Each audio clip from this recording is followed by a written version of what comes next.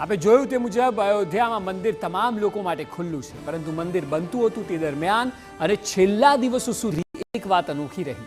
અનેક ગુજરાતીઓએ મંદિરમાં કરોડો રૂપિયાનું દાન કર્યું. જી હા, કોઈએ 101 કિલો સોનું તો કોઈએ કરોડો રૂપિયા આપ્યા. કોઈએ ભેટ રૂપે ચાંદીના વરખનું નગારું તો કોઈએ હજારો કિલોની મહિનાઓ સુધી ચાલે તેટલી અગરબત્તી પણ ભેટ કરી. જુઓ અયોધ્યામાં ગુજરાત.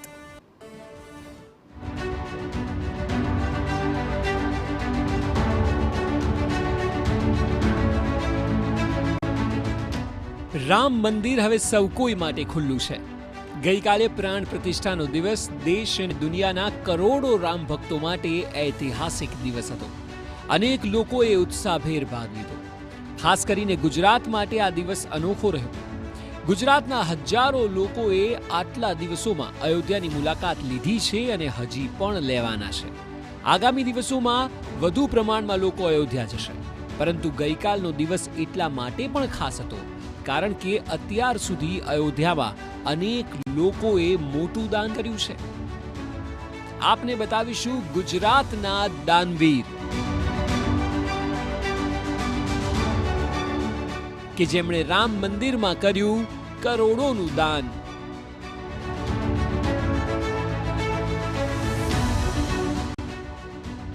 ક્યાંક સોનું તો ક્યાંક અપાયા કરોડો રૂપિયા. જી હા, ગુજરાતના અનેક દાનવીરો છે કે જેમાં લોકોએ કરોડો રૂપિયાનું દાન કર્યું છે. અનેક કિલો સોનું પણ અર્પણ કરવામાં આવ્યું છે, જે લોકોનો ઉત્સાહ અને ભગવાન પ્રત્યેની આસ્થા બતાવે છે.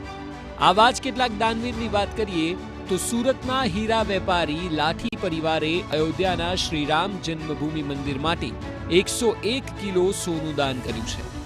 સુરતના સૌથી મોટા હીરાના વેપારીઓમાંના એક છે દિલીપ કુમાર લાઠી. તેમના પરિવારે આ 101 કિલો સોનું દાનમાં આપ્યું છે. આ સોનાનો ઉપયોગ અયોધ્યા રામ મંદિરના દરવાજાને સોનાથી કોટ કરવામાં આવશે. આ દાન રામ મંદિર ટ્રસ્ટને અત્યાર સુધીનું સૌથી મોટું દાન છે. આ 101 કિલો સોનાનો ઉપયોગ રામ મંદિરના દરવાજા, ગર્ભગૃહ, ત્રિશૂળ, ડમરૂ અને સ્તંભોને પોલિશ કરવા માટે પણ કરવામાં આવી રહ્યું છે. ગર્ભગૃહના પ્રવેશ દ્વારની સાથે સાથે મંદિરના ભોયતળિયે 14 સુવર્ણ દ્વાર પણ સ્થાપિત કરવામાં આવેલ છે.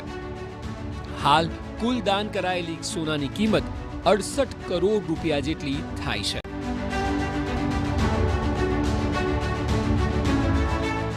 ગુજરાતમાં હંમેશાથી ભક્તિભર્યો માહોલ રહ્યો છે, ત્યારે રામ મંદિર માટે બીજા સૌથી મોટા દાતા કથાકાર અને આધ્યાત્મિક ગુરુ મોરારી બાપુ છે.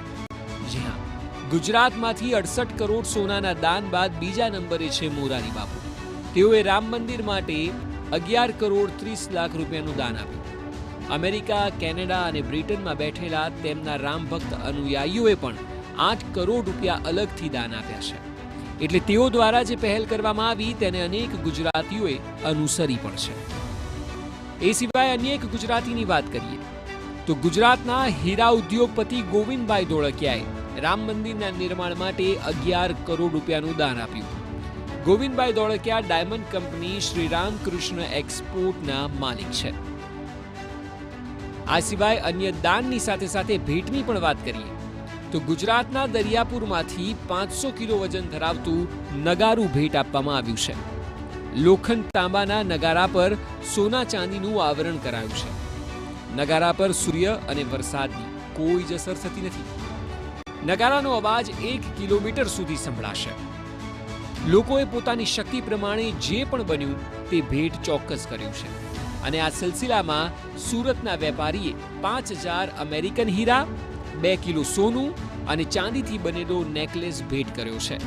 નેકલેસ બનાવવામાં કુલ 48 કારીગરોને લગભગ 35 દિવસ જેટલો સમય લાગ્યો હતો. આ સિવાય જો ભેટની સરવાણીની વાત કરવામાં આવે તો વડોદરાના એક ભક્તે પંચધાતુનો બનેલો દીવો ભેટમાં આપ્યો છે. આ દીવાનું વજન 1100 કિલો છે. જી હા, દીવાની ઊંચાઈ 9.25 ફૂટ છે, જ્યારે કે દીવાની પહોળાઈ 3 ફૂટ જેટલી છે. દીવામાં 851 કિલો ઘી રેડી શકાશે તેટલી તેની ક્ષમતા છે. આ સિવાય વડોદરામાંથી જ 108 ફૂટ લાંબી અને 3610 કિલોની અગરબત્તી મોકલવામાં આવી હતી.